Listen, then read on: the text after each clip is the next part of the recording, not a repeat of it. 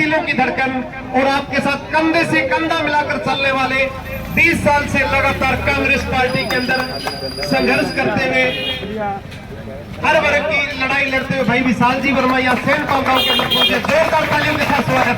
भाई विशाल वर्मा, भाई विशाल Verma, Congress party, Congress party, भाई विशाल वर्मा, भाई विशाल वर्मा।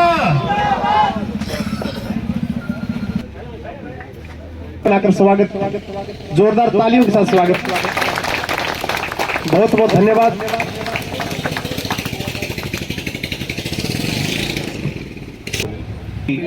मान और सम्मान के योग मेरे पिता तुल्य बड़े बुजुर्ग सैनपाल के युवा साथियों और इस न्याय चौपाल पर आप यहाँ सब एकत्रित होके अपने कीमती सुझाव देने यहाँ पर पहुंचे हैं।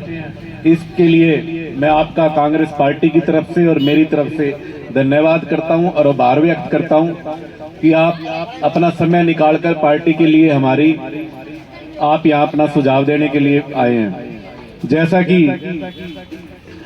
हम हर गांव में जा जाकर हमारे बड़े नेता मेरे आदरणीय भूपेंद्र सिंह जी हुड्डा और हमारे पार्टी के प्रदेश अध्यक्ष उदय भान जी और साथ में सांसद दीपेंद्र जी हुड्डा ने एक पूरे हरियाणा के अंदर विधानसभा वाइज एक यात्रा का प्लान बनाया है। उस यात्रा के तहत पूर्व मुख्यमंत्री चौधरी भूपेंद्र सिंह जी हुड्डा और पार्टी के प्रदेश अध्यक्ष उदय भान जी हर विधानसभा में जाएंगे और विधानसभा में जाकर वो उसकी विधानसभा की मेन जरूरतें क्या है, ग्रामीणों को क्या क्या चाहिए और उनके सुझाव क्या है वो जानेंगे, ताकि उसको पार्टी अपने घोषणा पत्र में डाले और ताकि घोषणा पत्र में आपके सुझाव डालने के बाद जब आप कांग्रेस पार्टी की आने वाले विधानसभा चुनाव में सरकार बनाओगे तो उन वादों को, उस घोषणा पत्र में किए वादे जो पार्टी आपसे करेगी उनको पूरा करने का काम करेंगे।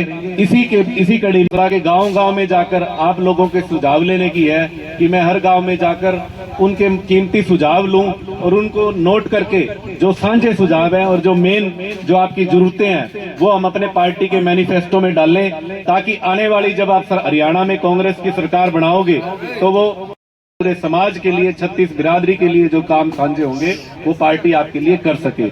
इसी कड़ी में आपके बीच में हमने राहुल गांधी जी ने जैसे एक न्याय यात्रा करी 4.5 किलोमीटर चल के कन्याकुमारी से लेके जम्मू कश्मीर तक, श्रीनगर तक वो पैदल चले। उनका मेन कारण ये था कि मैं हर मजदूर, हर किसान वर्ग, हर व्यापारी वर्ग, हर महिला, हर युवा साथी से जाकर मिलूं और उनकी दुख तकलीफ जानूं और उनको भविष्य में क्या क्या चाहिए, हमारे देश में क्या क्या युवा चाहता है, हमारी माताएं बहनें क्या चाहती है, हमारा किसान क्या चाहता है, हमारा व्यापारी वर्ग क्या चाहता है, वो जानने के लिए पूरे देश में वो पैदल चले। जिसका नतीजा आपको पता है, लोकसभा इलेक्शन में जो 400 पार का नारा दे रहे थे उनके पास आधे भी नहीं आई कि नहीं आई, आप बताओ। और आपके क्षेत्र में तो आपको मैं धन्यवाद करना चाहता हूं। हमारे क्षेत्र में हमारी लोकसभा सांसद कुमारी शैलजा को आपने भारी मतों से यहां से जिताकर भेजा।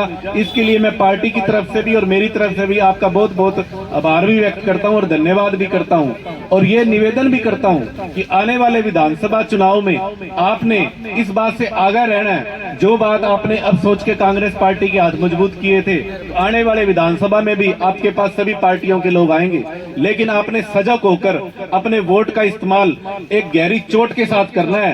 क्योंकि हमारा जब से रानिया क्षेत्र बना है 2009 से, आपने एक ही परिवार के संबंधित सारे एमएलए बनाए और अभी आपने जिस व्यक्ति को यहाँ से विधायक चुनकर भेजा वो तो कैबिनेट मंत्री भी है। पिछले 4.5 साल वो पूरे ही नहीं कर पाया, आपको छोड़कर यहाँ से भाग के हिसार चला गया और वहां से हारकर भी वापिस आ गया। कैबिनेट मंत्री रहते हुए भी मैं उनका एक भाषण सुन रहा था, कहते 300 करोड़ की योजनाएं परियोजनाएं हम लगाएंगे, हर गांव की गलियां बना दूंगा, नालियां बना दूंगा। अरे नालियां आप बना दोगे, गलियां आप बना दोगे तो हमारे गांव के सरपंच और हमारे शहर के एमसी क्या करेंगे?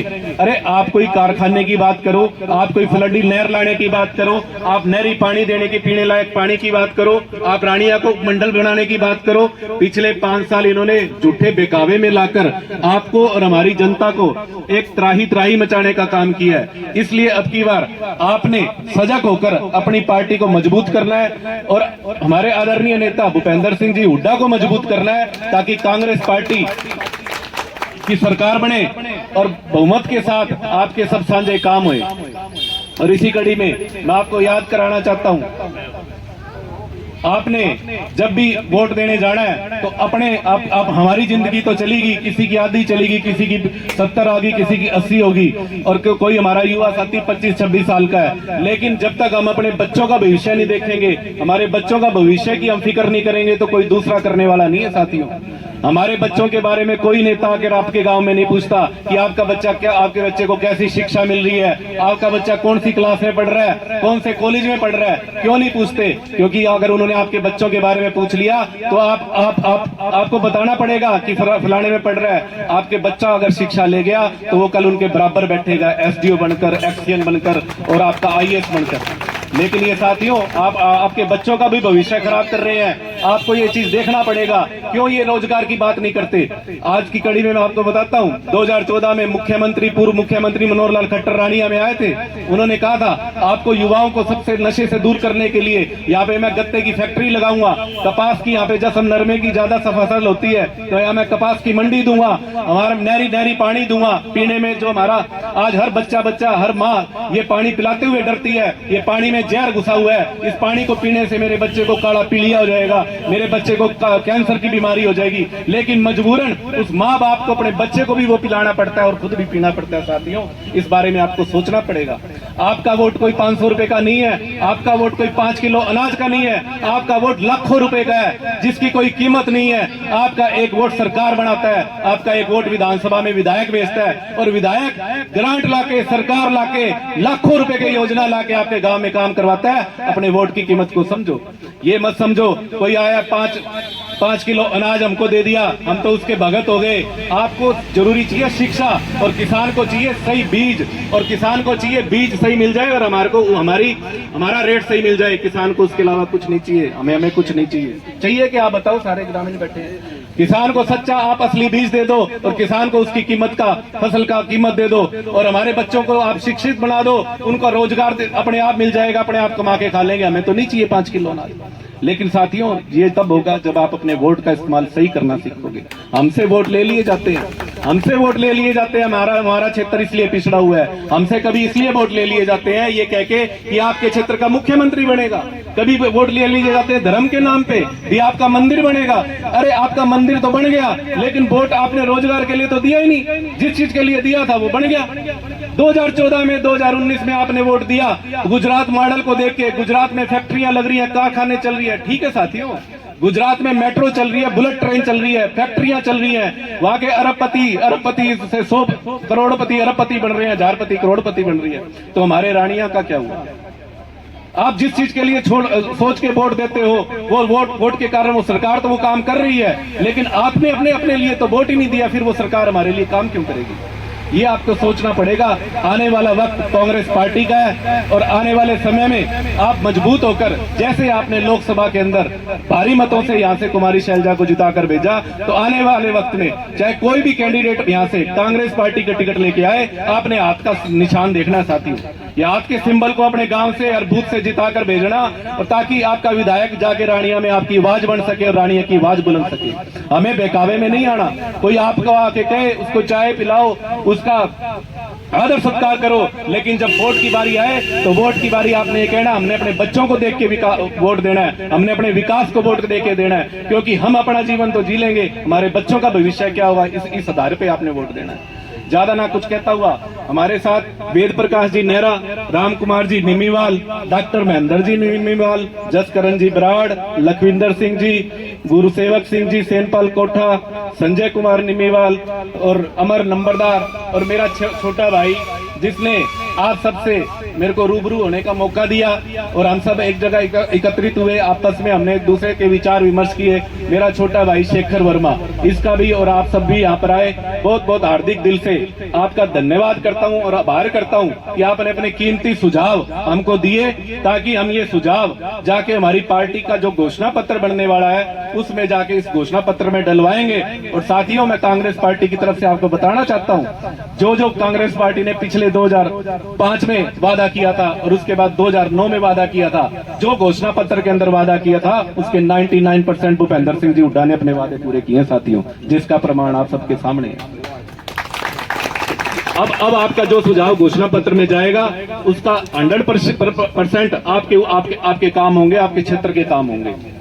और इसी कड़ी में 26 तारीख को चौधरी भूपेंद्र सिंह जी हुड्डा और चौधरी उदयभान जी, हमारे प्रदेश अध्यक्ष, यहाँ पे सिरसा के अंदर कुमारी शैलजा जी को भारी मतों से जो आपने जिताकर भेजा है, उसके लिए धन्यवाद करने आपके लिए सिरसा के अंदर 26 तारीख को आ रहे हैं, पर्ल पैलेस सिरसा के अंदर। तो मेरी आपसे हाथ जोड़कर गुजारिश है, जैसी भारी संख्या में आप यहाँ पहुंचे हैं तो 26 तारीख को भी आप मिलजुल कर बाजे के साथ पर्ल पैलेस में पहुंचे, वहां पे भूपेंद्र सिंह जी हुड्डा जी के और हमारे उदयभान जी के विचार सुने और उस मीटिंग को सफल बनाए। ये मीटिंग कोई एक आदमी की नहीं, पूरे आपके परिवार की है, हमारे कांग्रेस परिवार की है।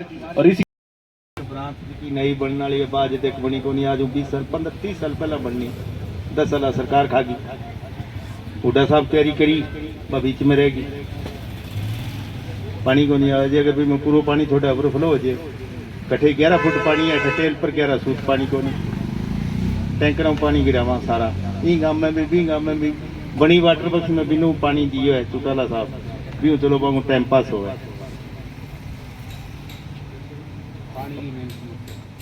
पानी है तो गरीब का बेचारा दिहाड़ी करा, वो काम करना 2 मन दाना हुआ है, फ्लड डालो चक्का बुना बा लाग दिया भाई, 15 गांव ने पानी दे, दोनों तो लागे सार सारा आवे तो नथोर महीने बचेर महीने कालुआने तक पानी दे बिंगो।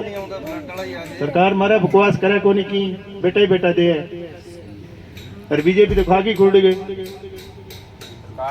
और रणजीत सिंह कल परसों फिर बोले वो कर दिया, एक मिनट, रणजीत सिंह बोले अब बताओ तो 15 बाद में करांगा, 15 गांव मांगी, 7 गांव मांगी रहेगी क्या, कुछ नालों कैबिनेट मंत्री है जगदीश नेहरू भी अठे कैबिनेट मंत्री हो, 5-5 किला पर पक्का खड़ा दिया बने हैं। अरे हफ्ते में महीने के अंदर 3 हफ्ता न चलिया करती, वो भी तो कैबिनेट हो। हाँ फिर कर दूंगा। अच्छा, पानी देने को जी की पुरानी हुड्डा साहब की नालियां देड़ी फ्लडी, बाकी सफाई कौन कराई है, पटानी तो दूर है। और बोलो सैनपाल दोनों बीजेपी ने यहाँ दिखे भी है तो अटून जगह चक गए, ये चौटाला ने दिखे भी जगह चक गए। 2 गांव में बदले 15 गांव मरने लग रहे,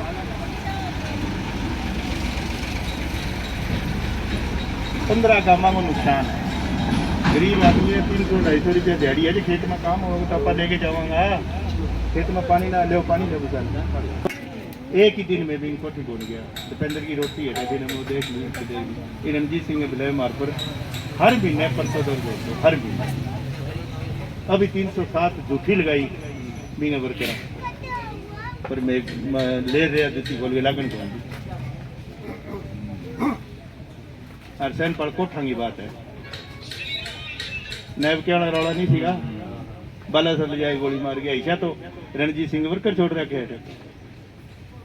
अब फिर दोबारा क्या मैं चुनाव लड़ूंगा, मैं बहुत बढ़िया बात है। पानी आता अपने भाखड़ा का, मान लो मेरे ते ला लो, मेरी 12 घंटे वारी किला थां भी नहीं भरती, भाखड़ा का बस गेड़े मारी जाने रात में भी, चलो भाई मगर ना निकल जे, होर कोई भाखड़ा का फायदा तो है नहीं कोई, चलो भी जेड़ा कोई पीन आ जाता वाटर वाक माड़ा मोटा ही है।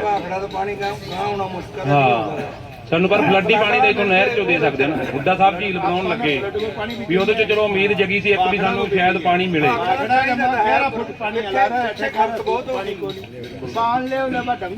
ਮੈਂ ਮੰਨ ਲਓ ਵੀ ਅਸੀਂ ਸ਼ੁਰੂ ਤੋਂ ਕਾਂਗਰਸ ਪਾਰਟੀ ਨਾਲ, ਮੈਂ ਵਾਈਸ ਪ੍ਰੈਜ਼ੀਡੈਂਟ ਯੂਥ ਕਾਂਗਰਸ ਰਾਣੀਆਂ ਮੌਕੇ ਦਾ, ਠੀਕ ਹੈ, ਸਾਹਿਬ ਦੁਆਰੇ ਵੀ ਆਉਣੋਂ ਹਟ ਜਾਣਗੇ, ਸਿਸਟਮ ਜਿਵੇਂ ਜਲਦੀ ਜਾਂਦਾ। ਮੈਂ ਪਾਣੀ ਦੀ ਮੰਗ ਹਰ ਇੱਕ ਥਾਂ ਹੀ ਰੱਖਦਾ, ਮੈਂ ਮੈਡਮ ਸੈਲਜਾ ਨੂੰ ਸ਼ੁਰੂ ਤੋਂ ਹੀ ਇਹ ਗੱਲ ਕਹਿੰਦਾ ਹੋਇਆ, ਮੈਂ ਦਪਿੰਦਰ ਨੂੰ ਵੀ ਇਹ ਗੱਲ ਕਹੀ ਸੀ ਤੇ ਮੈਂ ਹੁੱਡਾ ਸਾਹਿਬ ਨੂੰ ਵੀ ਇਹ ਗੱਲ ਕਹੀ, ਸਾਨੂੰ ਫਲੱਡੀ ਪਾਣੀ ਕਿਵੇਂ ਨਾ ਕਿਵੇਂ ਦਿਓ।